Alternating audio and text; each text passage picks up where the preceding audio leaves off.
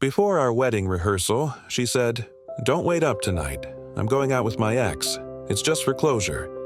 I didn't argue, but the next morning, when she walked down the aisle, it wasn't me waiting for her.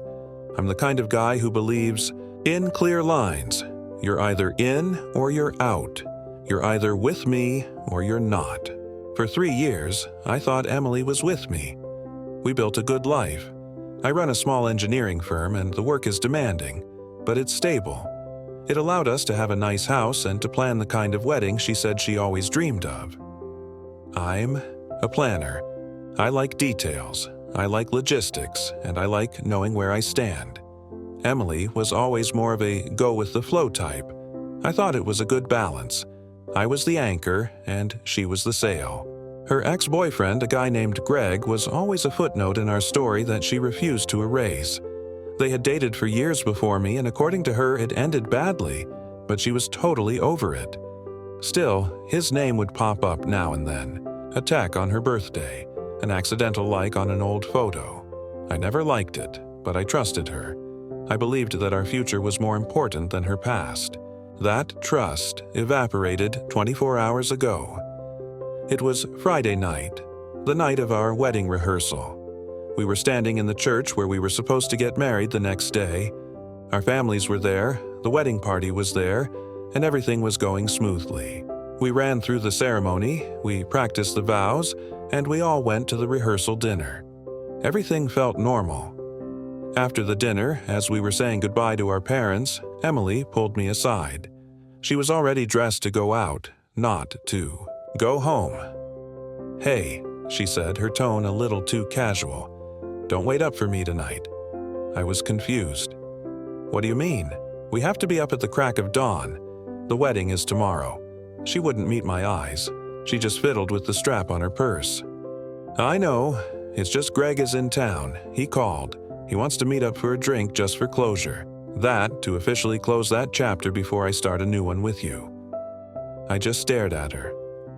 The night before our wedding, she wanted to go meet her ex-boyfriend for closure. The sheer breathtaking disrespect of it was stunning. The audacity. It wasn't a question, it was a declaration. She was telling me what she was doing, not asking for my permission. My best man, my brother, was standing a few feet away and overheard. The look on his face was a mirror of the shock I felt. But I didn't explode. I didn't yell. In that moment, as she stood there waiting for me to make a scene, a strange and total calm descended over me. The emotional part of my brain just went silent, and the logistical problem-solving part took over. This wasn't a relationship issue to be worked through. This was a catastrophic systems failure, and I was the engineer who had to deal with it. I looked at her, and I gave her a small, tight smile. "Okay," I said, my voice even. "I understand. You do what you need to do." She looked surprised, then relieved. She was expecting a fight. When she didn't get one, she thought she'd gotten away with it. "Really? Oh, thank you for being so understanding," she said, giving me a quick, dismissive kiss on the cheek. "I won't be late." She walked off, got into a rideshare, and was gone. My brother came over, his eyes wide. "Are you seriously okay with that?" "No," I said, pulling out my phone. "I'm not, but I'm not going to argue about it. I'm going to fix it." He looked confused. "Fix it? The wedding is in 12 hours. "Exactly," I said, already scrolling through my contacts. "That's just enough time. She wanted closure. I was about to give it to her. The most permanent, public, and unforgettable closure she could ever imagine. Update 1. The moment Emily's car turned the corner, I went into mission mode. The next 12 hours would be a masterclass in logistical warfare. My brother, bless his heart, just stared at me, waiting for instructions like a soldier waiting for orders. "First things first," I said, "we need to know where she is, and we need to get in touch with the ex." Finding her was easy. She had the Find My Friends app active on her phone, a detail she had clearly forgotten. A few taps, and I had her. Location: a dimly lit cocktail bar downtown called The Alibi. The irony was not lost on me. Finding Greg, the ex, was a bit trickier. I didn't have his number, but I knew his last name and where he worked. A quick search online brought up his professional profile. He was a sales guy, and his profile picture showed a man with a confident, slightly arrogant smile. The kind of guy who probably thought he was the hero of every story. This was a weakness I could exploit. I used a burner app to get a temporary phone number. I sent him a text. "Hey, Greg, this is Sarah, one of Emily's bridesmaids. This is going to sound crazy, but Em is having a full-blown meltdown. She's supposed to get married tomorrow, but she's in love with you. She's at the alibi right now, but she's too scared to tell you the truth. She's terrified of her fiancé. He's a really controlling guy. She wants you to save her, but she'll never admit it. You need to be her hero." It was a gamble, but I was betting on his ego.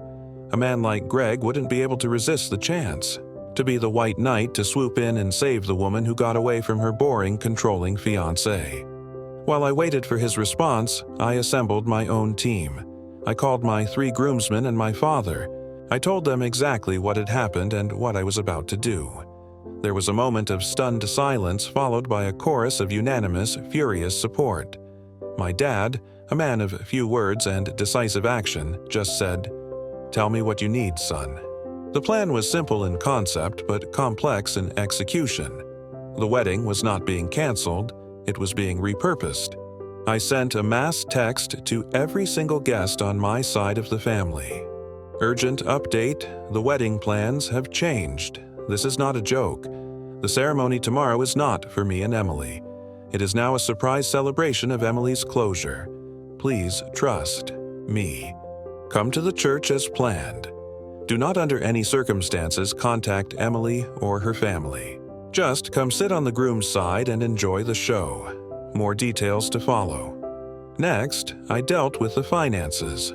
I logged into my bank account and put a stop payment on every check I had written for the wedding vendors. I then called the 24-hour fraud alert line for my credit card, the one on file with the venue and the caterer. I reported the card stolen. This would ensure that any attempt to charge it the next day would be declined. The contracts were in both our names, but the payment methods were all mine. I was surgically removing myself from the financial equation. My phone buzzed. It was Greg.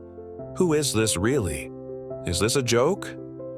Emily is right here. I texted back from my burner number. Of course, she's with you. She's putting on a brave face. Ask her if she's truly happy.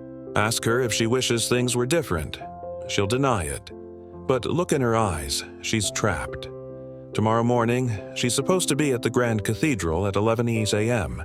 If you're the man she thinks you are, you'll be there too, at the altar, waiting for her. I knew Emily. After a few drinks, she would be sentimental and emotional. She would say all the things Greg wanted to hear. She would feed his ego, and he would swallow it whole. The final piece of the puzzle was my own disappearance. While my groomsmen were fielding confused calls from my relatives and reassuring them that I was okay, I was at home packing. I threw a suitcase together with my essentials. I then went into my home office and shredded every shared document we had. I packed up my personal computers and my work files. I left one thing on the kitchen counter.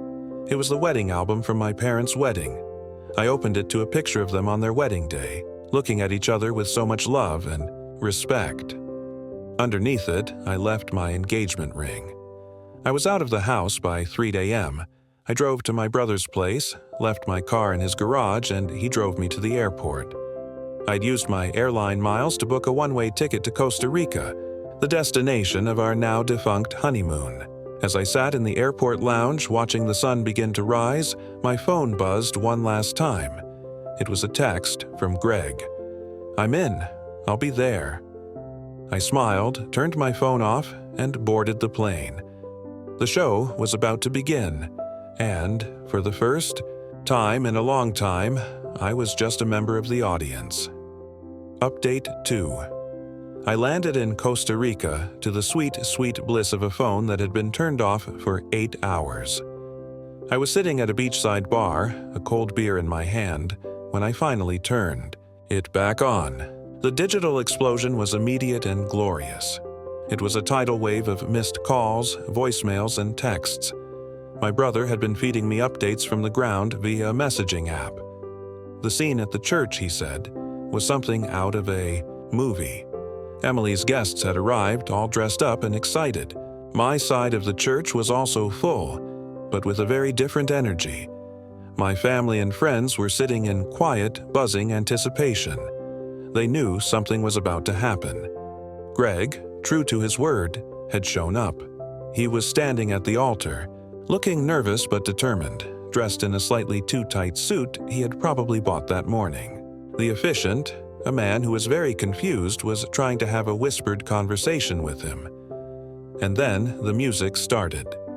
The doors at the back of the church opened, and there was Emily in her white dress looking radiant. She started her walk down the aisle, beaming at all of her friends and family. She was so focused on her grand entrance that she didn't look at the altar until she was about halfway down. According to my brother, the moment she saw Greg is a moment that will be studied by scientists for generations. Her face went through about 15 different emotions in 3 seconds. Confusion, shock, horror, and finally a dawning, sickening understanding. The music faltered and then stopped. A wave of whispers went through the church.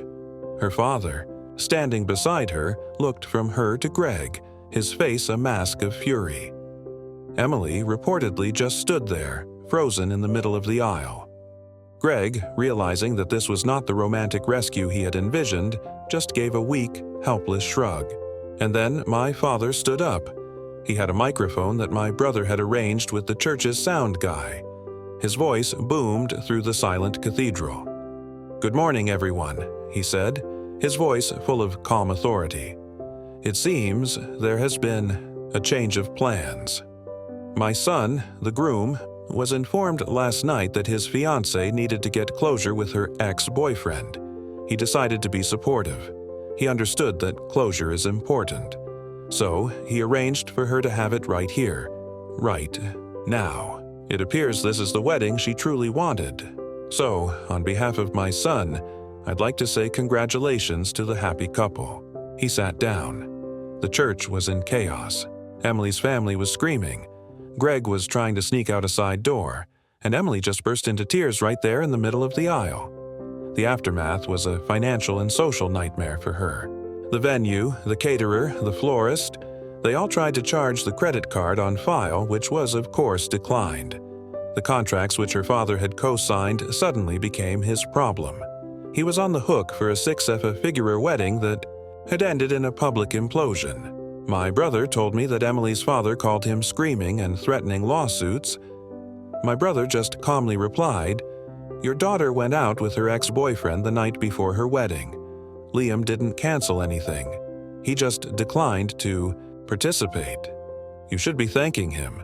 He saved your daughter from a lifetime of being married to a man she clearly doesn't respect." The story spread through our town like a virus. Emily, who had always cared so much about her image, was now the woman who was left at the altar by 2 different men on the same day. I spent the next 2 weeks in Costa Rica. I went surfing. I hiked in the rainforest. And I drank a lot of good coffee. I didn't answer a single one of the hundreds of messages from Emily or her family. My lawyer handled everything. He sent them a formal letter stating that our engagement was officially terminated due to her actions. He also sent her a bill for her half of all the shared wedding planning expenses that I had paid for out of my own pocket. When I finally came home, the dust had started to settle. My house was quiet. Her things were still there, a sad monument to a life that was now over. I hired a company to pack it all up and put it in storage. I sent her the key with no note. Final update. It's been 6 months since the wedding, that wasn't. The silence in my life has been profound and wonderful. I focused on my work, reconnected with friends, and enjoyed the simple pleasure of a drama-free existence. The legal threats from Emily's family went nowhere. My lawyer easily shut down their claims. They had no legal ground to stand on. In the end, they were forced to pay off all the wedding vendors themselves to avoid being sued. The financial hit was, I'm told, catastrophic for her father's pride and his bank account. Emily's life, from what I've heard through the grapevine, is a mess. She and Greg are not together. He was furious at being used as a pawn in her drama and wants nothing to do with her. She had to move back in with her parents, and the atmosphere in that house is reportedly Arctic. She tried to launch a smear campaign against me online, but it was quickly shouted down by my friends and family who were all too happy to share the real story of what happened. The most telling moment came about 2 months ago. I was at a hardware store and I ran into one of her bridesmaids, the one named Sarah, who had texted me from the burner phone. She saw me and looked like she wanted to run and hide. "Hey," I said, keeping my voice friendly. She looked up, surprised. "Oh, hey," she mumbled. "Look about what happened. I'm so sorry. We all told her it was a terrible idea to go out with him, but she wouldn't listen. She said you were so predictable that you would just get mad and then get over it." I just nodded. She was half right. I didn't get mad. "Yeah," she said with a sad little smile. "I know. She really underestimated you. And that was it, really. She thought I was predictable. She thought my love and my commitment were things she could put on a shelf, take down when she wanted, and expect them to be there. She thought my boundaries were suggestions, not rules. I didn't set out to orchestrate some grand, humiliating revenge. I just made a logical decision based on the data she gave me. She showed me with her actions that her past was more important to her than our future. So I gave her what she wanted. I gave her a future with her past. I'm dating someone new now. It's early, but it's different. It's built on honesty and clear lines. The other day, she asked me about my last relationship. I just told her the truth. I told her I was supposed to get married, but on the day of the wedding, I decided to go on my honeymoon alone instead. She laughed and said it was the most sensible, insane thing she had ever heard. And I guess it was. Sometimes the most logical solution is the one that looks the craziest from the outside. But from where I'm standing, it looks like the best decision I ever